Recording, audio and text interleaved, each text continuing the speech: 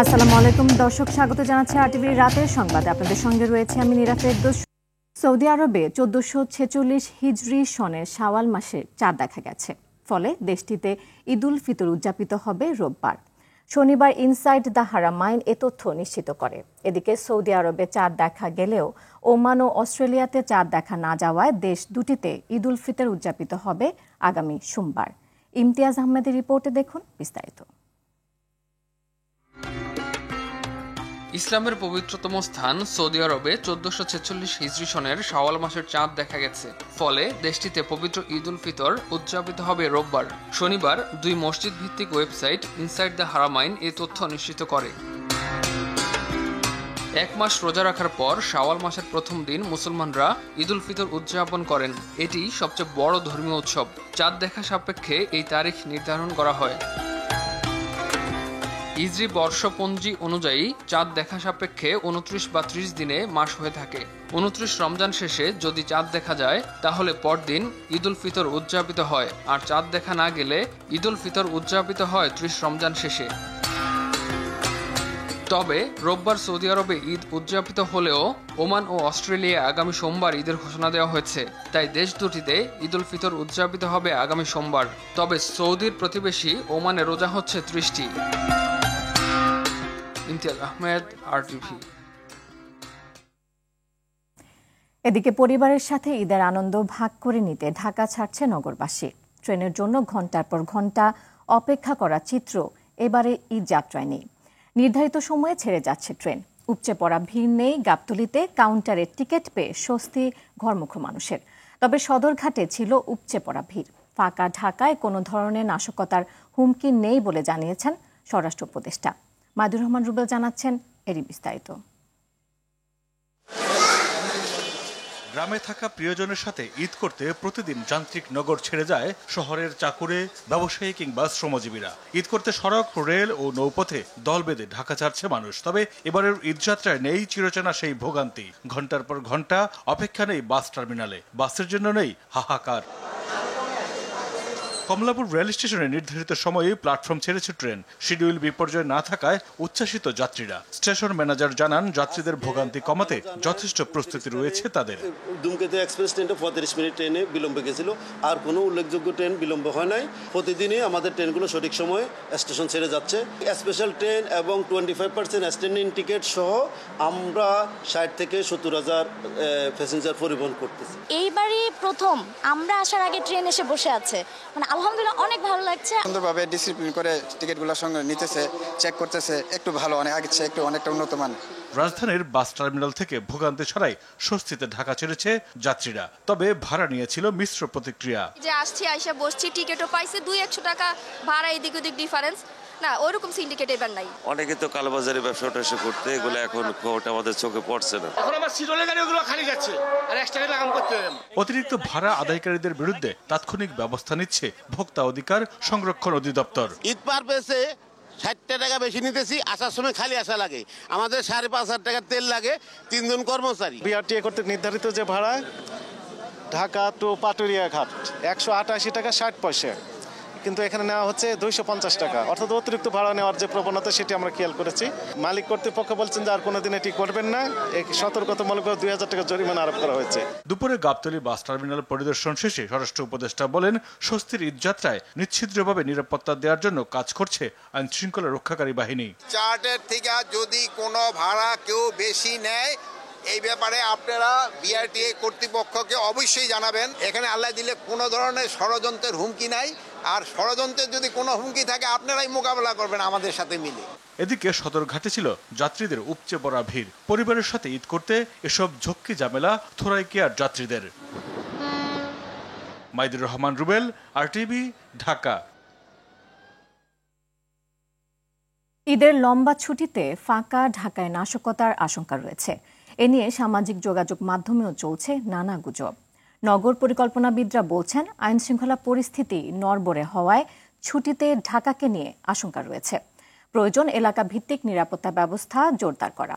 তবে আইন শৃঙ্খলা বাহিনী বলছে, নগরবাসী নিরাপত্তায় এবার অক্সিলারি ফোর্স তৎপর থাকবে। আরও জানাচ্ছেন দীপন দেওয়ান। ঈদের দীর্ঘ ছুটিতে রাজধানী ফাঁকা হয়ে যায়। বাসাবাড়িতে তালা এবং ভবনের নিরাপত্তারক্ষী একমাত্র ভরসা। ফাঁকা ঢাকায় চুরি, ডাকাতি ও ছিনতাই বেড়ে যাওয়ার শঙ্কা থাকে। বাসাবাড়ি ফাঁকা থাকবে, ব্যবসা প্রতিষ্ঠান, দোকানপাট অনেকদিন বন্ধ থাকায় এক ধরনের অনিরাপদ পরিবেশ তৈরি হয়। এছাড়া 5 আগস্টের পর পুলিশের অবস্থা নাজুক হওয়ায় নিরাপত্তা নিয়ে শঙ্কা আরও বেড়েছে সাধারণ মানুষের মনে।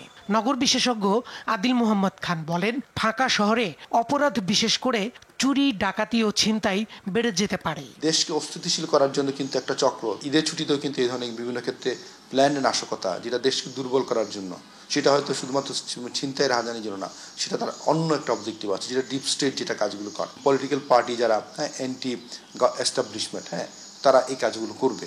সেজন্য পুলিশকে সেই ক্ষেত্রে তার ইন্টারনাল যে সোর্সগুলোকে কাজে লাগিয়ে যারা কারা কীভাবে নাশকতা করতে পারেন, তাদের কোনো ছক আছে কিনা, সেই দিকটাও তারা কিন্তু তাদের নজরে রাখতে হবে।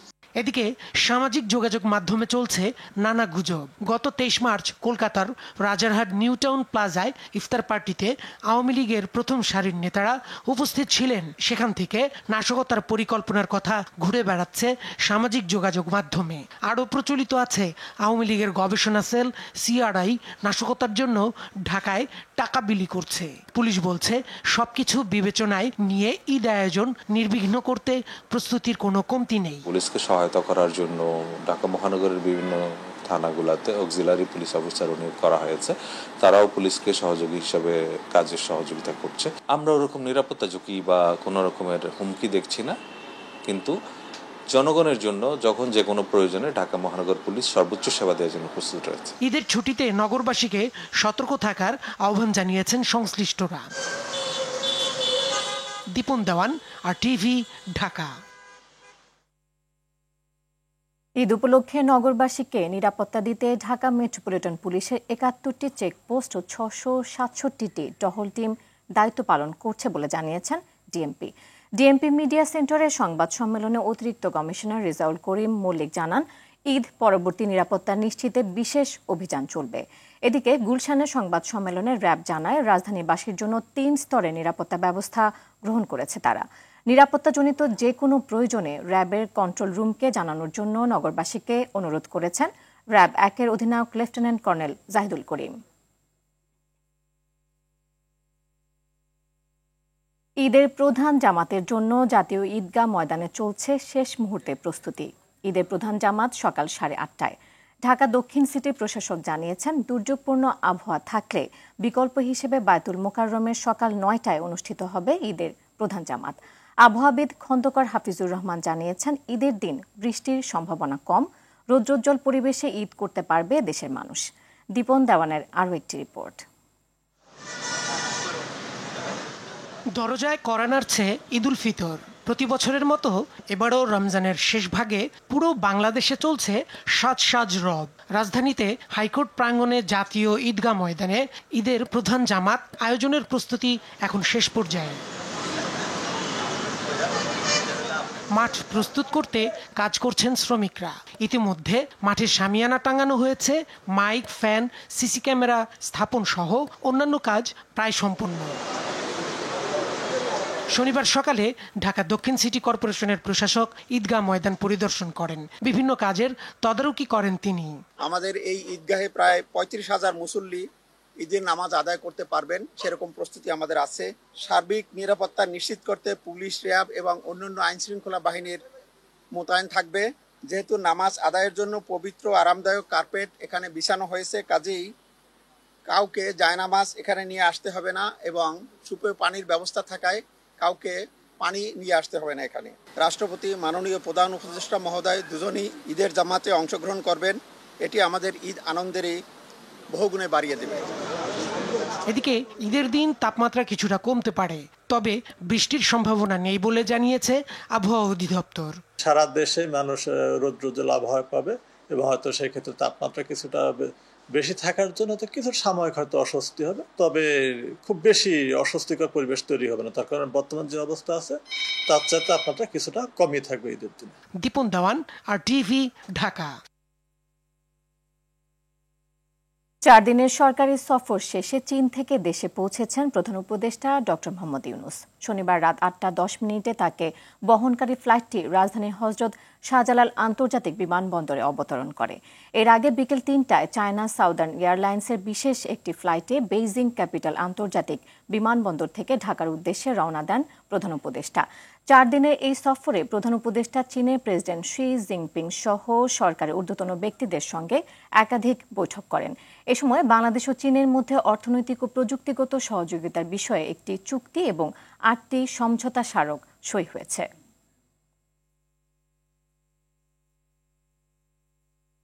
নির্বাচন পিছিয়ে দিতে দেশে বিশৃঙ্খলা সৃষ্টির অপচেষ্টা চলছে বলে অভিযোগ করেছেন বিএনপি মহাসচিব মির্জা ফখরুল ইসলাম আলমগীর। বিকেলে রাজধানীর বেড়াইদে ঈদ সামগ্রী বিতরণ অনুষ্ঠানে এই কথা বলেন তিনি। জনগণের স্বার্থে যদি প্রয়োজন হয় বিএনপি আবারও রাজপথে নামবে উল্লেখ করে তিনি বলেন, মানুষকে ভোটের অধিকার থেকে বঞ্চিত করার ষড়যন্ত্র চলছে। এআর বাদলের রিপোর্ট। বিএনপির ভারপ্রাপ্ত চেয়ারম্যান তারেক রহমানের নির্দেশে রাজধানীর বেড়াইদ ঈদগাহ ময়দানে ঈদ সামগ্রী বিতরণ অনুষ্ঠানের আয়োজন করে ঢাকা মহানগর উত্তর বিএনপি। অনুষ্ঠানের প্রধান অতিথি বিএনপি মহাসচিব মির্জা ফখরুল ইসলাম আলমগীর বলেন, অনির্দিষ্ট সময় ধরে জনগণ সংস্কার চায় না। আমরা সেই বিভাজন সৃষ্টি করতে দেব না। আমরা আমাদের নেতা তারেক রহমান সাহেবের নেতৃত্বে আমরা অবশ্যই সমস্ত জাতিকে ঐক্যবদ্ধ করে আমরা জনগণের সরকার প্রতিষ্ঠা করে জনগণের পার্লামেন্ট তৈরি করে আমরা তিনি বলেন, জনগণ ভোটাধিকার বঞ্চিত হলে বসে থাকবে না বিএনপি। আমাদের স্বার্থে যদি জনগণের স্বার্থে বিঘ্ন সৃষ্টি করা হয় তাহলে বিএনপি আবার মাঠে নামবে, আদায় করে নিতে যায়। আমাদেরকে প্রস্তুত থাকতে হবে। ষড়যন্ত্র হচ্ছে, চক্রান্ত হচ্ছে দেশে বিদেশে, আপনাদেরকে আবার আপনাদের ভোটের অধিকার থেকে বঞ্চিত করবার জন্য আমরা সেটা হতে দেব না। পরিষ্কার কথা। বিএনপি বাংলাদেশের পক্ষে জানিয়ে তিনি আরো বলেন, দেশে ষড়যন্ত্র অব্যাহত রয়েছে। খুব পরিষ্কার কথা, আমরা ভারতের পক্ষেও নই, আমরা পাকিস্তানের পক্ষেও নেই, আমরা আমেরিকার পক্ষেও নেই, আমরা ইংল্যান্ডের পক্ষে নেই, আমরা বাংলাদেশের পক্ষে। আমাদের নেতা তারেক রহমান সাহেব খুব পরিষ্কার করে বলেছেন, সবার আগে এআর বাদল, RTV, ঢাকা। নিজের বাবা মা ও আপন ভাই বোনকেও ছাড়েনি ভয়ঙ্কর প্রতারক আশরাফুজ্জামান মিনহাজ। পিটিয়েছেন সবাইকে। মামলা বাণিজ্যই যার পেশা, সেই মিনহাজ আপনজনদেরও আসামি বানিয়েছে 9 মামলায়। ভুক্তভোগী অসহায় বাবা জানান, মিনহাজ তার সম্প্রতি গ্রাস করতে না পেরে নির্যাতনের পাশাপাশি বৃদ্ধ বয়সে পাঠিয়েছেন জেলে। সরকার প্রধান সহ বিভিন্ন দফতরে ঘুরেও পাননি ন্যায় বিচার। নোয়াখালী প্রতিনিধি গিয়াসউদ্দিন রনির প্রতিবেদন, জানাচ্ছেন এআর বাদল। প্রতিবাদে আজকে তথা প্রধানমন্ত্রী তথা আপনারা দেশবাসী জনগণকে জানানোর জন্য আমার এই আকুল আবেদন। এ আর্তনাদ 72 বছর বয়সী অসহায় পিতা হারুনুর রশিদের। নিজ সন্তান আশরাফুজ্জামান মিনহাজ ওরফে মিনহাজউদ্দিনের মামলা ও নির্যাতনের হাত থেকে রক্ষা পেতে করেছিলেন সংবাদ সম্মেলন। মামলার সন্ত্রাসী কর্মকাণ্ডের সাথে সম্পৃক্ত অবৈধ অসৎসূত্র, কিন্তু রেহাই মেলেনি। আইন, আদালত ও প্রশাসন সবাই যেন ছিল মিনহাজের গোলাম। বিভিন্ন মামলায় আসামি বানানোর পাশাপাশি পুলিশ দিয়ে থানায় নিয়ে চালানো হয়েছে নির্যাতন। হুমকি দেয়া হতো পেশাদার খুনি দিয়ে শেষ করে দেয়ার। এটা পৃথিবীতে কোনো বাবাকে এই জাতীয় সোরের মতন আচরণ আর মনে কেউ করছে কিনা আমার জানা। মিনহাজের গ্রামের বাড়ি নোয়াখালীর বেগমগঞ্জের মীর ওয়ারিশপুরে। এলাকার মানুষ তার ভয়ে আতঙ্কে থাকত সব সময়, কারণ মিনহাজের অপরাধে রয়েছে বিশাল সিন্ডিকেট। অভিযোগ আছে এসবের পেছনে রয়েছে তার BCS ক্যাডার স্ত্রীও। মিনহাজ পুলিশ দিয়ে বড় ভাইকে পিটিয়ে ভিডিও করে দেখাতো বাবাকে। হুমকি দেয়া হতো তার পরিণতিও এমন হবে। আমার 14-15টা পুলিশ পিড়িতেছে, ওই পিড়িয়ানি বাবারা দেখাচ্ছে জানো বাবা আমার পাশে বলতেছে, তুই যদি এভাবে তোর ছেলে যদি দাঁড়াতে তোকে তোর ছেলের বাইরে ফেলাবে। এরপরে বাবা আর কোনো প্রতিবন্ধক বা সার পায়নি। মা বোনকেও পিটিয়েছেন সমাজের লজ্জা এই কুলাঙ্গার সন্তান আশরাফুজ্জামান মিনহাজ ওরফে মিনহাজ উদ্দিন। এত রকম বাড়াবাড়ি ছিল, অত্যাচার ছিল, যেটা কল্পনায় বলা যাবে না। বাবাকে মারা, বড় ভাইকে মারা, বোনকে মারা, সমাজে যে তার বিরুদ্ধে কথা বলছে তাকে মারা। মিনহাজ তার জন্মদাতা পিতা, ভাই ও ভাবির বিরুদ্ধে 9টি মামলা দিয়ে এখনও হয়রানি করছেন। মিথ্যা মামলা প্রত্যাহারের পাশাপাশি কুলাঙ্গার ছেলের দৃষ্টান্তমূলক শাস্তি চেয়েছেন পিতা হারুনুর রশিদ। দেশবাসী এবং জনগণের কাছে আমার সুবিচার এবং সাজার জন্য আয়োজন করা।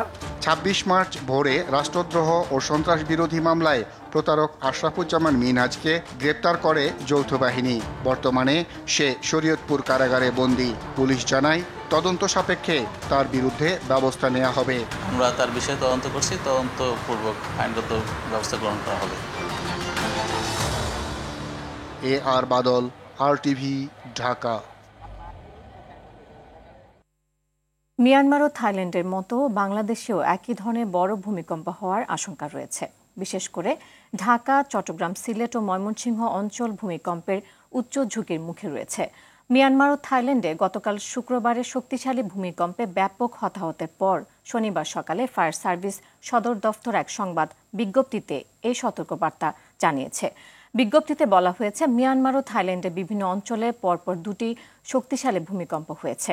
রিক্টার স্কেলে ভূমিকম্প দুটির মাত্রা ছিল যথাক্রমে 7.7 ও 6.4। এতে দেশ দুটি বেশ ক্ষয়ক্ষতির সম্মুখীন হয়েছে। বাংলাদেশেরও একই ধরনের বড় ভূমিকম্পের আশঙ্কা রয়েছে। বিশেষ করে ঢাকা, চট্টগ্রাম, সিলেট, ময়মনসিংহ অঞ্চল উচ্চ ঝুঁকিতে রয়েছে।